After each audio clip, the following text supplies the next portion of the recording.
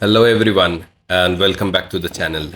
In this video I'm going to show you the step-by-step process of constructing the Challenger 2 from RFM in 1/35 scale. If you are interested in the unboxing video, I'll leave a link above so you can click on it. So in this video I'm going to show the major steps, the good points and the bad points of this kit, and hopefully take you through the build process. Actually, the lower hull comes in three different sections, and I have glued it together with plastic glue or super glue also. And here the first step starts with adding the various small components to the lower hull.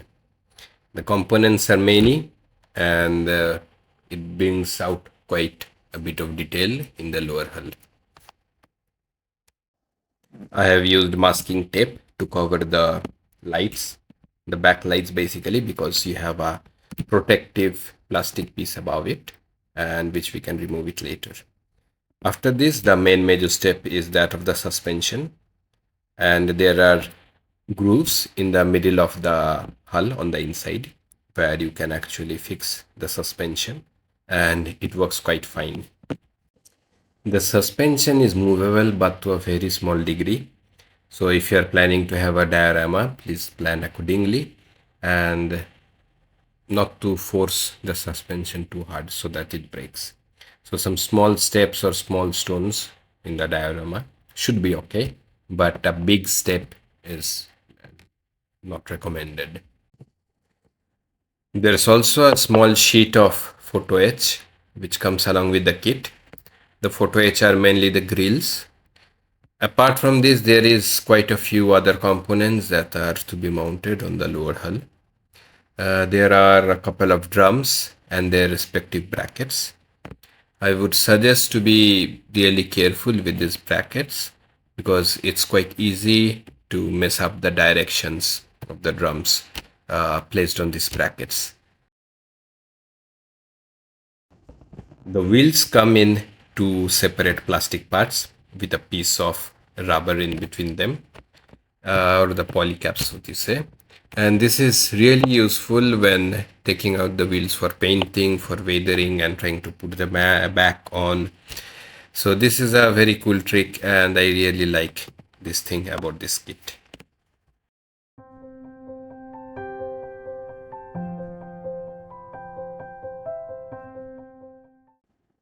As I mentioned before, these are the brackets for having the drums back of the tank. So when placing them on the lower hull, please check them along with the drums so that the opening of the drums always face outwards, both on the left and on the right. I did make a mistake with this, but I had to correct it on later during the weathering process.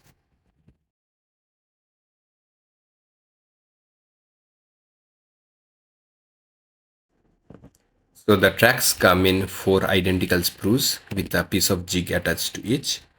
I have joined the 4 jigs together to form a long chain, and I have cut and separated each piece of the track. So the track is basically of 3 pieces: the top rubber pad, a hinge in between, and the internal also rubber pad, or let's say the internal covering of the track. So we begin by placing the upper part of the track and sandwiching it with the hinge in between. For this step, we need to be extra careful while gluing it so that the moving hinge does not get glued on.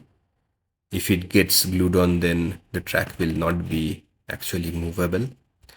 So just place the glue in the middle part of the track pads and then press it on.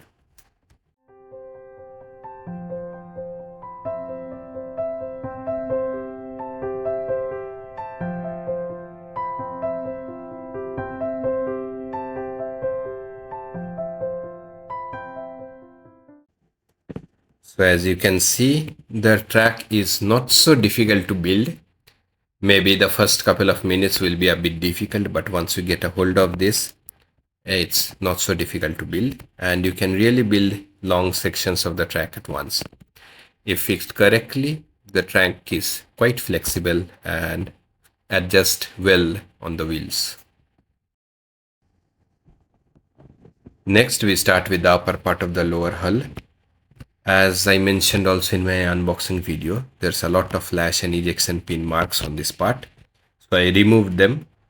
Not many of them actually interfere with the mounting process, but I removed them anyway. It also requires drilling a few holes, so I would suggest to have a drill while doing this kit.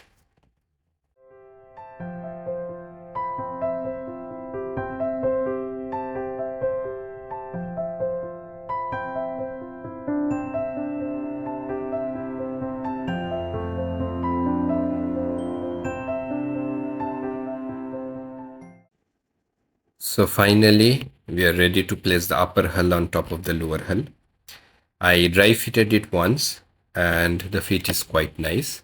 So I will just use plastic cement to stick both parts together and use a clamp to hold it together and rest it overnight.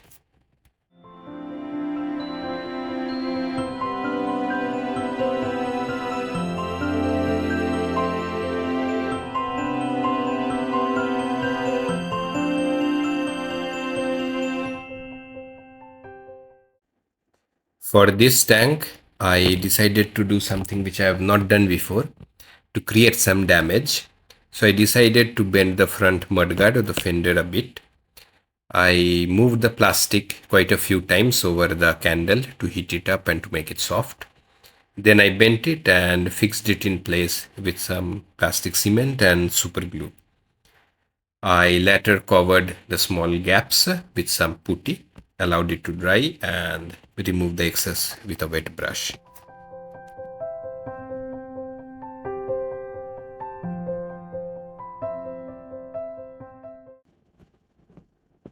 At the rear part of the hull, there is a lot of small handles or hooks which need to be extra careful while handling these really small parts.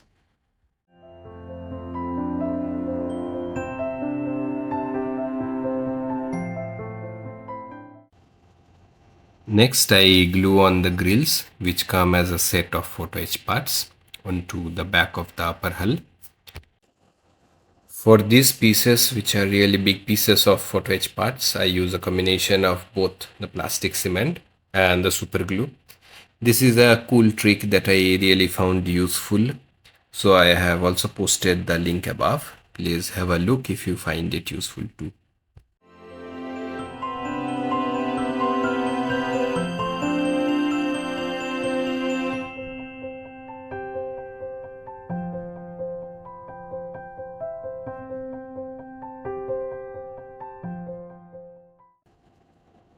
Next, we arrive to the turret. This also has a lot of small pieces that go on top of it. And I dry fitted and I checked. This fits quite well. So I glued on the side parts of the turret. The gun assembly, or let's say the part which is housed in the turret, is movable. So some extra care needs to be taken while placing this. And this is because mainly to have the main gun movable when you place it in a diorama or whichever way you want to place your model.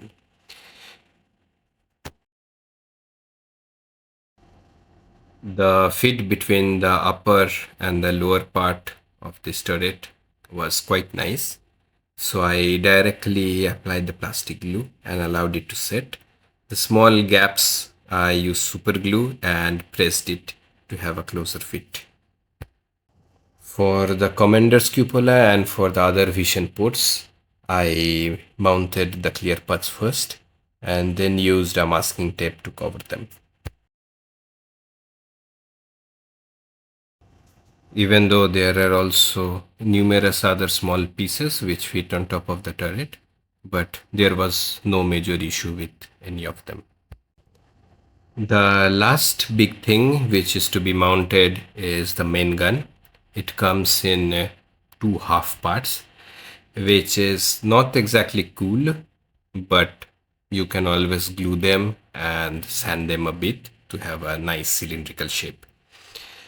There was no major issue also with the main gun. It fitted quite well, and after gluing it, and I sanded it to have a round shape and to remove the creases.